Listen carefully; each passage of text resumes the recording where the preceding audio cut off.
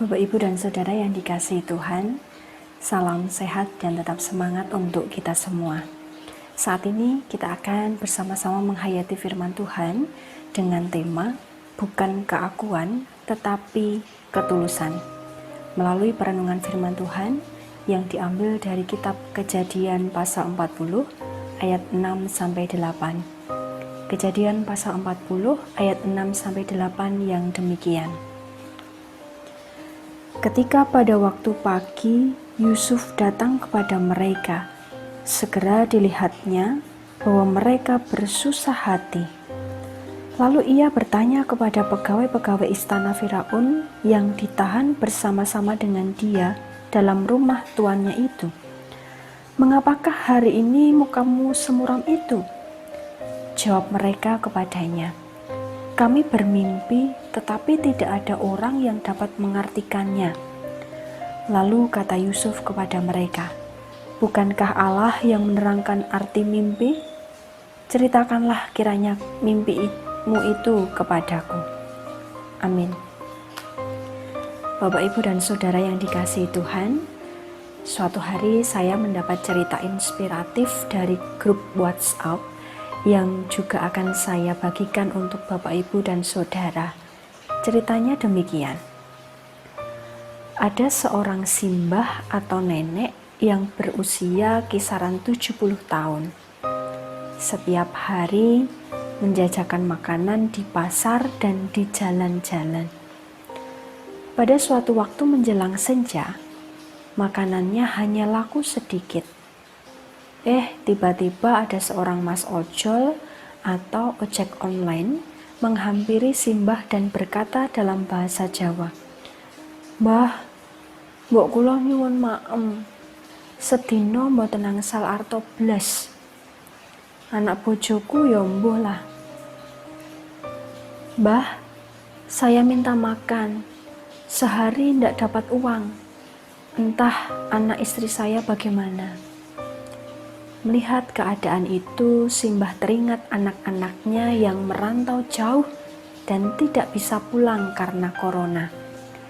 Ia pun tergerak hatinya oleh belas kasihan sambil berkata, "Wis kono, njupuo sak senengmu.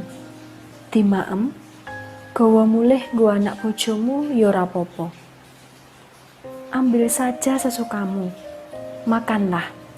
Ambillah juga untuk anak dan istrimu." Mas ojol berkata, "Tenan, Mbah, matur nuwun nggih." Melihat mas ojol itu makan dengan lahap karena kelaparan, hati simbah sangat bahagia dan ia tidak merasa rugi karena memberikan dagangannya secara gratis. Setelah selesai makan, mas ojol berkata, "Matur nuwun, Mbah, malah disangoni nggo anak bojoku." Simbah menjawab, "Iya le, aku mung weling.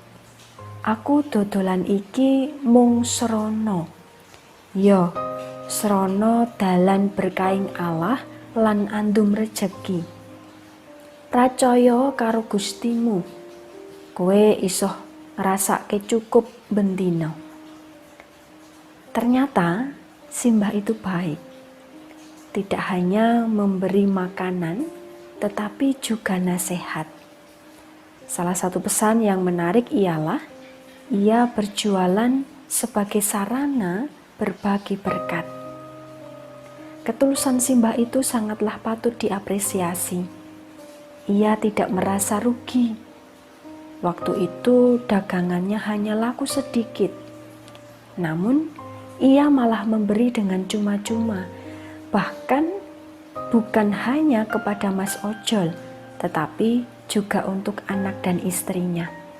Ia tidak peduli apakah mas ojol juga akan membalas perbuatan yang sama seperti yang dilakukan oleh simbah.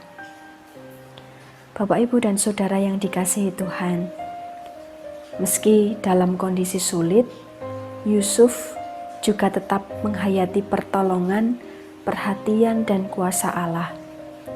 Yusuf tidak menyesali keadaannya yang berulang kali merasakan penderitaan.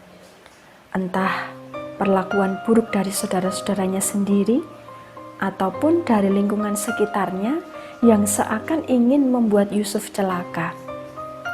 Melalui keterbatasannya, ia menyalurkan perhatian, pertolongan, dan kuasa Allah yang senantiasa menguatkannya, sehingga orang lain juga bisa menikmati berkat Allah melalui kehidupan Yusuf. Meski tidak bersalah, ia tetap harus merasakan hidup dalam penjara. Hingga akhirnya ia menjadi kesayangan kepala penjara dan diberi tanggung jawab terhadap semua tahanan. Sebagai orang yang diberi kepercayaan oleh kepala penjara, Yusuf melakukan tugasnya dengan baik. Ia peduli dan memperhatikan kondisi tahanan yang lain, termasuk kepala juru minum dan kepala juru roti raja yang saat itu dipenjara karena kedapatan berbuat salah. Yusuf mendapati mereka terlihat murung karena tidak ada seorang pun yang bisa mengartikan mimpi yang membuatnya gelisah.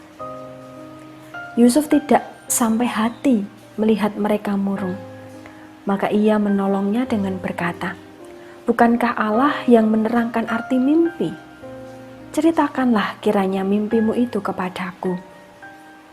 Yusuf tidaklah menyombongkan diri, tetapi ia meyakini bahwa hanya Allah yang memberikan kepandaian dan karunia kepada Yusuf untuk mengartikan mimpi tersebut. Setelah kepala juru minum dan kepala juru roti raja menceritakan mimpinya kepada Yusuf, saat itu pula Yusuf menerangkan arti mimpi itu. Maka terjadilah seperti yang dikatakan oleh Yusuf, di mana kepala juru minum kembali ke jabatannya semula, sedangkan kepala juru roti binasa karena digantung. Yang disayangkan ialah kepala juru minum yang sudah dibebaskan itu ternyata lupa akan kebaikan dan ketulusan Yusuf. Yusuf pun masih merasakan hidup dalam penjara selama 2 tahun. Yusuf tidak memiliki niat buruk untuk menyombongkan diri dengan berkata, "Kebahagiaan yang dirasakan oleh kepala juru minum itu adalah karena kemampuanku menafsirkan mimpi. Kalau tidak karena aku, mungkin ia akan depresi karena tidak ada yang bisa mengartikan mimpi selain aku." Bapak, Ibu, dan Saudara yang dikasihi Tuhan, momen ketika ia mendapat perlakuan buruk dari saudaranya, atau ketika difitnah dan dimasukkan ke dalam penjara, bahkan ketika kebaikannya dilupakan oleh kepala juru minum raja, lantas tidak membuat Yusuf menyalahkan siapapun dengan pertanyaan, "Mengapa semua ini terjadi? Mengapa semua ini menimpaku? Apakah kebaikanku kurang?" Namun Yusuf senantiasa rendah hati serta berpikir positif, sehingga hidupnya makin diberkati Tuhan untuk berjalan maju dengan melakukan apa yang bisa ia lakukan dengan ketulusan.